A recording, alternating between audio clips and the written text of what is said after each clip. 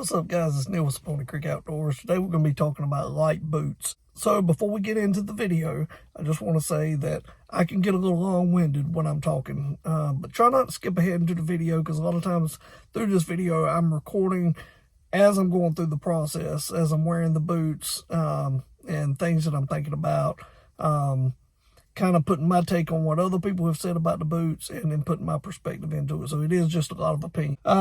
Just keep that in mind when you watch the video. Thanks so much. Today we're going to be doing a little product testing. LITE boots.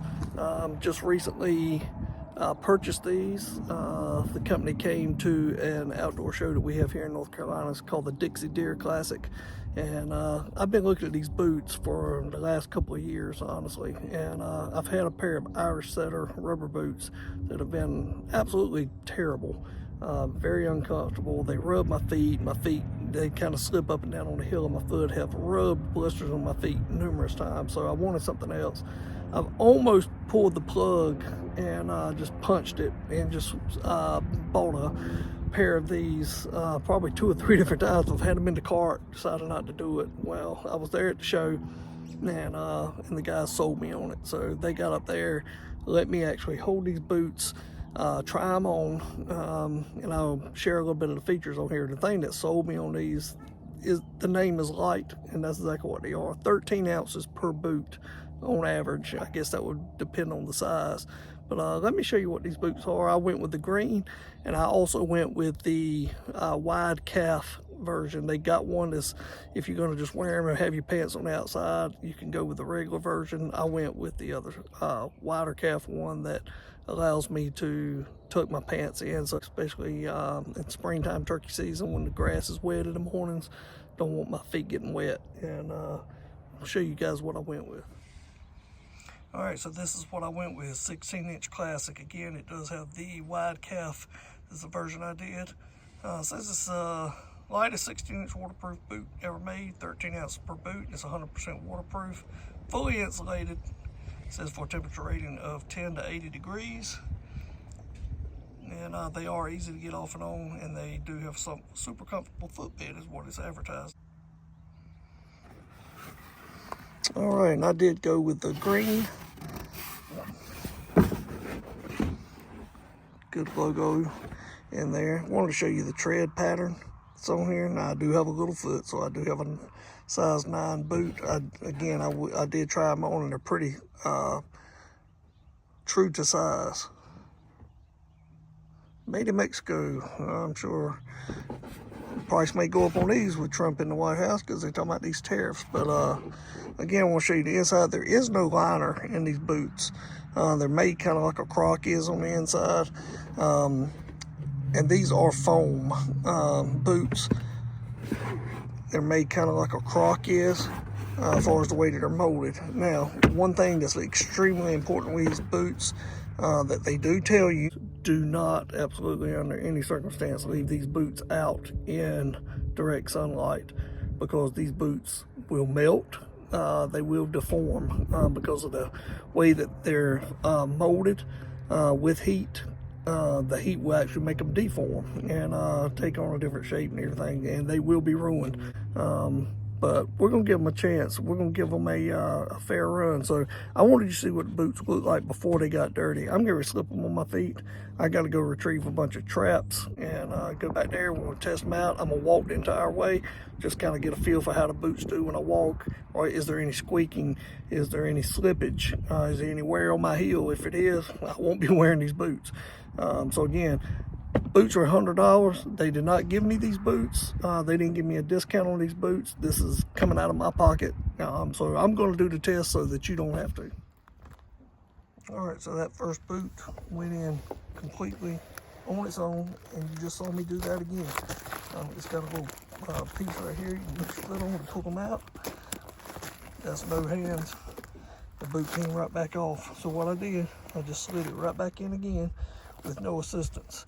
The boot is not coming off. I'm just trying to shake it just to see if there's any slippage. And right now it's not. So let's put some miles on. All right, guys, so first things first. Let's talk about comfort. They're pretty darn comfortable. What I was worried about, I have plantar fasciitis. I also have bone spurs on my feet that have caused me a lot of issues in the past, which is a lot of times why I wear a lace-up boot.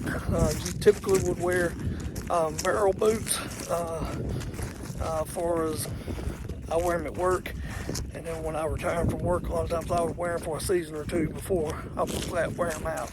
I've done product review on those boots before, love them, but some days, especially when the grass is wet, I don't care what you do, that your shoe's gonna get wet, your foot's gonna get wet, and those are waterproof boots.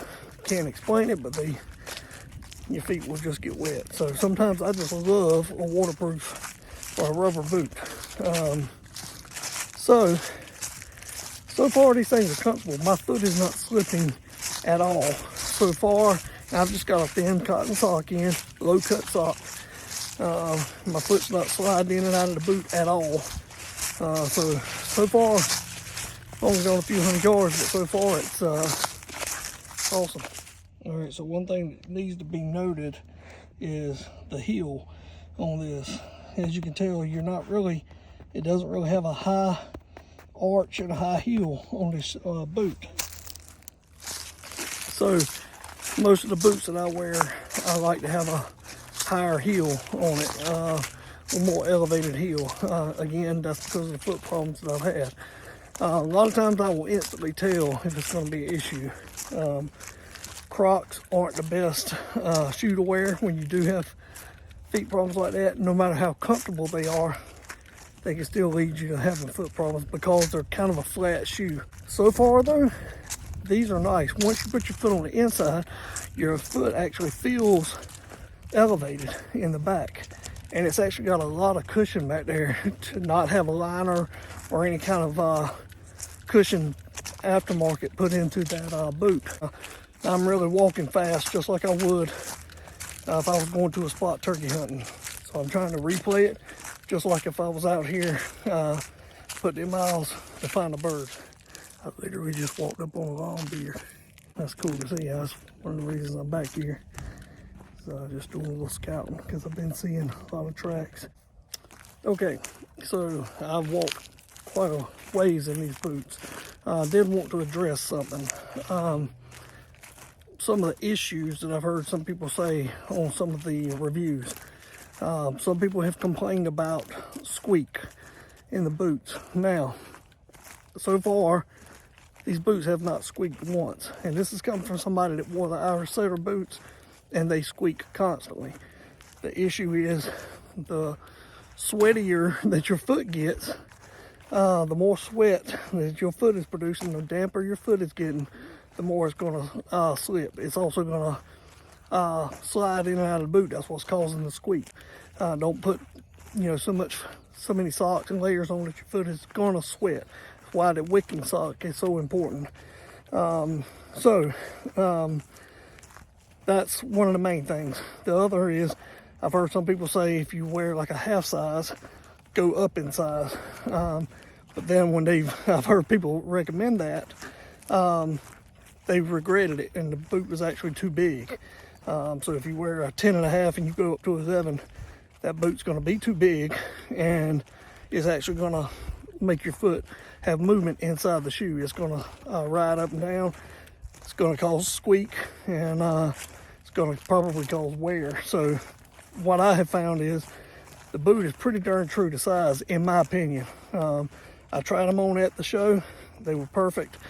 They wear just like if I was wearing a lace-up pair of boots as far as going in them. So keep that in mind. Don't get too big of a boot. Again, these boots have not squeaked, not once.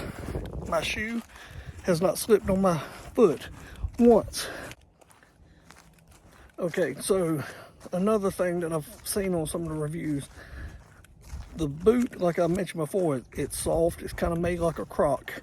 If you've ever had anything stick into a croc through the bottom of it, it's kind of the same process with how they make these boots. So I've heard of people having sticks stuck into them, locust thorns as they call them. that have actually punctured all the way through the boot because it's so soft. There's no like real you know, support there, if you will, as far as any kind of like, there's no steel shank made into the boot or anything like that. So it is possible that stuff can stick through it. I've heard people say that because it's so soft, it's not real comfortable hunting from a saddle. I have no experience on that because I'm not a saddle hunter. But they say if you hunt on a tree stand, you're perfectly fine. Out walking around, you're perfectly fine. But just keep that in mind that the bottom of that boot is soft.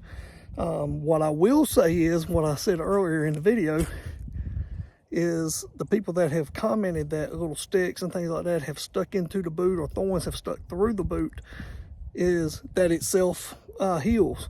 And so the boot doesn't leak when something comes through there, because that foam rubber expands back out and it just locks it in tight and it stops water from being able to come in it. So just keep that in mind. I wanted to address that because of other product reviews that I've seen, just throwing it out there. Again, this is day one for me. I love them so far. They're super comfortable. All right, guys, so there you have it. LITE boots, check them out. Again, I go out here, I spent the money and bought these boots. I'm the one that's out here breaking them in. I'm trying to answer the questions that you might have, that I had myself when I was debating on whether to pull the plug there and just, or pull the trigger rather, and buy the boots. I think it was a good purchase. Like I say, I spent about $100 there at the show on them, which saved me not having to pay for shipping and everything. And I got a free t-shirt. I hope that the video answers some of the questions that you might have. I know I did have a lot of them myself. That's why I was kind of debating and going back and forth on whether or not I wanted to buy them. But I'm glad that I did. I'm looking forward to wearing them this hunting season. Listen, if you like the video and you know it helps you, be sure to comment down below, like the video, and then be sure to subscribe to our channel. That's helping us to grow. And like I said, we appreciate all the support that you guys give us. It's helping us to continue to grow. Finally got the channel monetized, so the longer you watch the videos and the more of my videos that you watch, it helps me to be able to, you know, stay motivated to keep these videos coming. But thanks so much.